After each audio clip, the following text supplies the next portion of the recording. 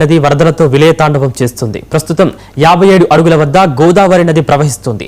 53 అడుగులు దాటి ప్రవహించడంతో మూడో ప్రమాద హెచ్చరిక అమల్లో ఉంది. దీంతో ఆంధ్ర, ఛత్తీస్గఢ్ రాకపోకలకి అంతరాయం ఏర్పడింది. ప్రధాన రహదారులు జలమయం కాగా లోతట్టు ప్రాంతాల ప్రజలను అధికారులు అప్రమత్తం చేశారు. పరిస్థితిని ఎప్పటికప్పుడు సమీక్షిస్తూ బాధితులను పునరావాస కేంద్రానికి తరలిస్తున్నారు. ఇక గోదావరి ఉధృతిపై మరింత సమాచారం మా ప్రతినిధి ఎస్కే ఖాషిం అందిస్తారు. గోదావరి పరవళ్లు తొక్కుతుంది. ఎగువన కురుస్తున్న భారీ వర్షాలకి ప్రాజెక్టులన్నీ నిండి ఆ ప్రాజెక్టులన్నీ దిగువగా నీరు విడుదల చేయడంతో భద్రాచలం వద్ద గోదావరి నది ఉప్పొంగిపోతుంది. ఇప్పటికే 53 అడుగులు చేరటంతో రాత్రి మూడో ప్రమాద హెచ్చరిక చేశారు. ప్రస్తుతం సుమారు 57 అడుగుల వరకు గోదావరి నది వద్ద భద్రాచలం వద్ద నడుస్తూ ఉంది. ఈ గోదావరి వృద్ధి ఈ సాయంత్రం వరకు ఇంకా పెరిగి తర్వాత క్రమంగా తగ్గే అవకాశాలు ఉన్నట్టు అధికారులు అయితే అంచనాలు వేస్తున్నారు. అలాగే దిగువలో ఉన్న లోతట్టు ప్రాంతాల వారు, ముంపు ప్రాంతాల వారిని జాగ్రత్త ఉండాలని చెప్పి అధికారులు అయితే ఎప్పటికప్పుడు హెచ్చరిస్తూనే ఉన్నారు. వాళ్ళకి కావాల్సిన పునరావాస కేంద్రాలకి తరలించే దిశగా వాళ్ళు అన్ని ఏర్పాట్లు సిద్ధంగా చేసుకుని ఉన్నారు. అలాగే కొన్ని ప్రాంతాల్లో రాకపోకలకి చాలా ఇబ్బందిగా ఉంది. సారపాక మండలంలో కొన్ని ప్రాంతాల్లో లోతట్టు ప్రాంతాలు ముంపుకు గురై ఉన్నాయి. అలాగే దుమ్ముగూడెం వద్ద పర్ణశాలలో కూడా నారచీరల సీతమ్మవారి విగ్రహం కూడా మునిగిపోయి అక్కడ కూడా భక్తులకి అసౌకర్యం గుర్తున్నారు. అక్కడ చిరు వ్యాపారస్తులు కానీ వాళ్ళకి కానీ అలాంటి ఉపాధి లేకుండా పోయింది.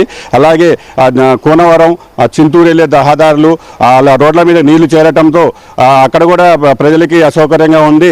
బారికేడ్లు ఏర్పాటు చేసి ప్రజల్ని రాకపోకలు నిలువరించారు. అలాగే అవసరమైతే తప్ప ప్రయాణాలు చేసుకోవద్దని మానుకోవాలని చెప్పి అయితే అధికారులు అయితే తెలియజేస్తున్నారు.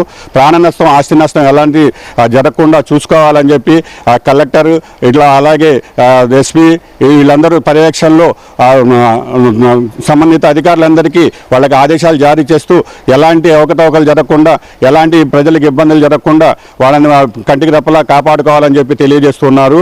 అలాగే ఈ ప్రాంతాలలో కురుస్తున్న భారీ వర్షాల కారణంగా ఇక్కడ కొన్ని చోట్ల ముంపుకు గురైన ప్రాంతాలలో పునరావాస కేంద్రాలు తరలించడానికి అన్నిటికీ సర్వం సిద్ధం చేసి ఉంచామని చెప్పి కలెక్టర్ అయితే తెలియజేస్తున్నారు. అలాగే ఇక్కడ భద్రాచలం వద్ద నీరైతే పట్టణంలోకి రావటం లేదు కానీ వేరే చోటకైతే మాత్రం వరద నీరంతా చేరి పలువునైతే ఇబ్బందులు పెడుతుంది. ఎలాంటి ఇబ్బందులు జరగకుండా అయితే అధికారులు అయితే ముందస్తు ప్రణాళికలు చేసుకోవడం వల్ల ఇంతవరకు అయితే ఎలాంటి ప్రాణ నష్టం జరగలేదు. మొన్నటి వరకు గోదావరి ఎడారిలాగా తలపించింది. కానీ ఒకేసారి వరదలు రావడంతో పక్కన గోదావరి తీర ప్రాంతం వాళ్ళంతా ఆకారాలు చేస్తున్నారు. అలాగే అన్ని శాఖల సమన్వయంతో రెవెన్యూ, పోలీస్, పంచాయతీరాజ్, విపత్తుల శాఖ మిగతా శాఖల్ని కూడా సమన్వయం చేసుకుంటూ ఎలాంటి విపత్తులు కూడా జరిగినా సిద్ధంగా ఉండేటట్టు అందరినైతే సిద్ధంగా చేశారు.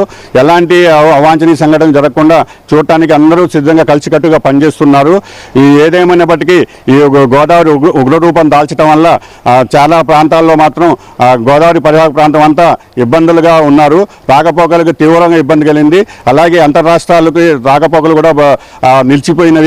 అలాగే ఛత్తీస్గఢ్కి, ఆంధ్రాకి రాకపోకలు బంద్ అవడంతో ప్రయాణికులు అయితే తీవ్ర ఇబ్బందులు పడుతున్నారు. కెమెరామెన్ బండ్ల వెంకటతో కాసిం, 99 టీవీ, భద్రాద్రి కొత్తగూడెం జిల్లా. తాడేపల్లిలో వైఎస్ఆర్సీపీ